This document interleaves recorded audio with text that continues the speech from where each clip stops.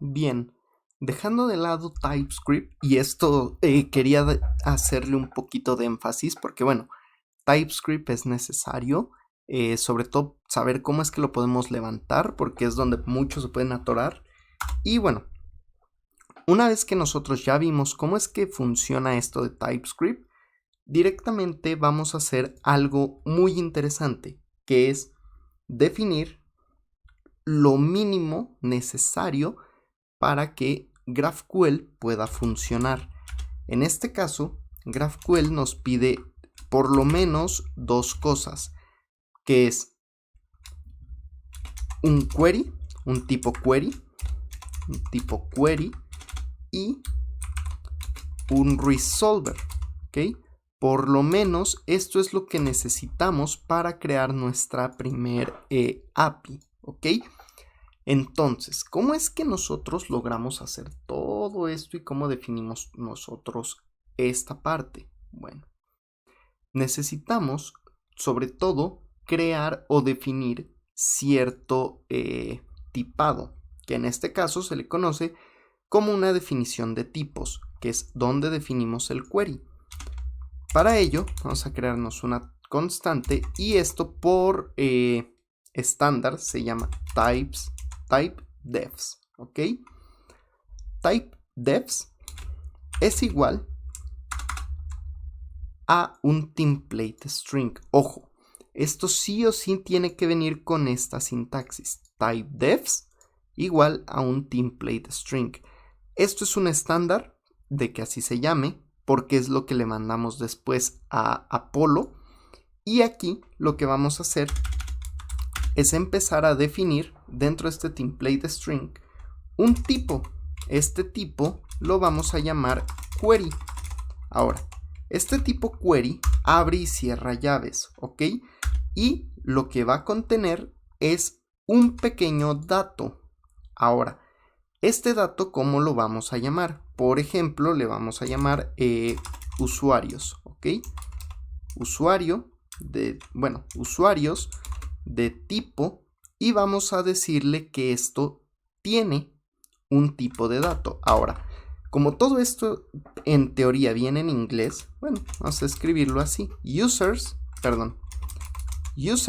con minúscula, 2 puntos, y va a ser de tipo user, ¿ok? Esto solamente es un usuario, pero este usuario ¿de dónde viene? ¿Por qué trae esta sintaxis? Da igual si yo le pongo un user o trae a Juanito, ¿ok? Esto es exactamente lo mismo, pero en este caso, ¿de dónde saco yo esta información? Bueno, en este mismo template string, esto es GraphQL, ¿ok? Y aquí todo lo que nosotros escribamos va a ser de GraphQL. Lo que vamos a hacer es crear otro type y ese type va a ser el dichoso user, que es este tipo de aquí, ¿ok?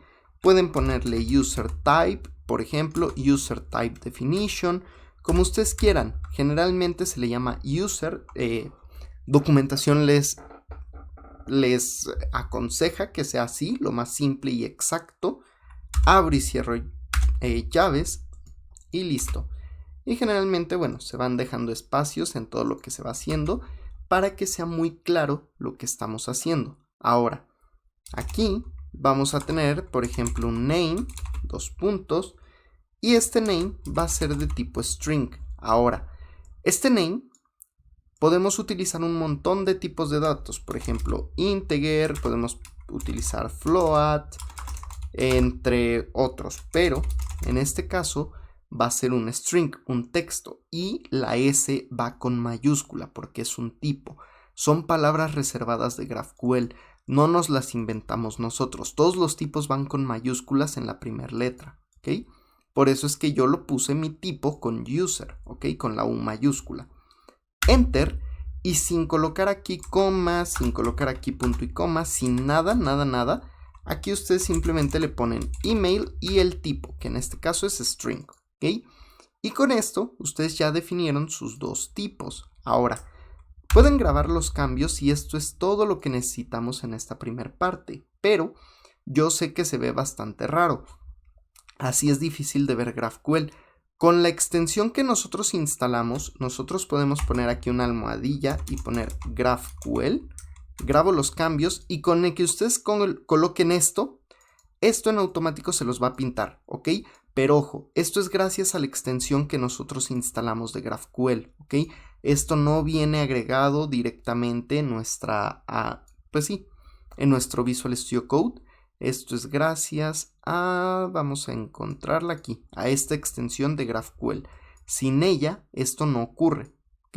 Entonces, GraphQL, aquí está, type user, type query. Y con esto ya se ve como si fuera un archivo de GraphQL. Sin esto, la sintaxis va a ser esta, ¿ok? Entonces ya como más les guste. En mi caso yo voy a estar utilizando esto a cada rato, sobre todo en el curso porque esto es de mucha utilidad. Y bueno, ahora ya tengo lo que es mi tipo o lo que son mis tipos. Ahora necesito definir un pequeño dataset. Esto se les conoce los datasets porque son la información tal cual. Y aquí es donde podemos hacer, por ejemplo, tener un arreglo que se llene, por ejemplo, con una base de datos y demás. Esto ya es independiente, ¿ok? En este caso, las fuentes de información pueden ser distintas. Actualmente yo voy a utilizar un dataset que yo voy a escribir porque todavía no estamos viendo conexiones a bases de datos ni nada.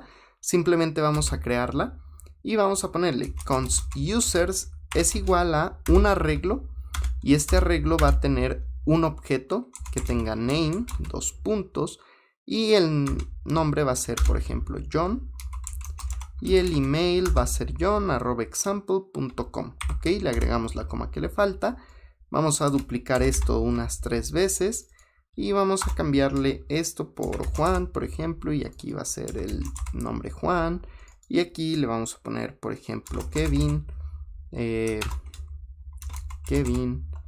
y el correo va a ser kevin@example.com. Pueden escribir cuantos usuarios quieran. Esto de momento solamente va a correr en memoria y poco más. Tenemos nuestra definición de tipos. Tenemos en este caso el tipo query, que es el que nos pide GraphQL. Tenemos aquí en este caso nuestro dataset de users. Ok. Y ojo. Aquí estamos pidiendo users, pero solo estoy rescatando un user. Eso va a ser importante. Y el resolver, la definición de nuestro resolver.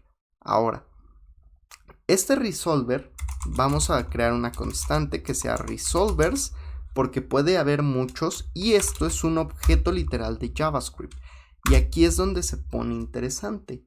Vamos a tener que utilizar esta misma estructura que definimos en GraphQL. Por ejemplo, como aquí tenemos un objeto query, en este caso tenemos un query aquí, un tipo query, pues vamos a definirlo aquí. Y fíjense, query con Q mayúscula. Entonces, query, abro y cierro, 2 puntos, abro y cierro llaves, enter, y aquí vamos a decirle cuál es mi query, en este caso users, ok, users, 2 puntos, y aquí recibimos una pequeña función. Esta función vamos a devolver primero nuestros users. Ojo, aquí no podemos aplicar lo de que simplemente como el nombre es el mismo, lo mandamos así, no, porque aquí hay una función, ok, y el return, en este caso nosotros podemos hacer return users y a veces es necesario, pero en este caso como el retorno por defecto va a ser este arreglo, pues le ponemos esto. Entonces grabo los cambios y esto es todo lo que necesitamos para crear nuestro primer servidor. Ahora, como yo estoy pidiendo un único usuario, ojo, esta sintaxis es de uno solo, esto me va a marcar error. Entonces, para evitarlo, vamos a decirle que nos devuelva simplemente el primer usuario, o sea, la primera posición, la posición 0. Grabo los cambios en esta parte, ya definimos la estructura básica y ahora nos falta definir nuestro servidor, pero eso lo haremos en la próxima clase.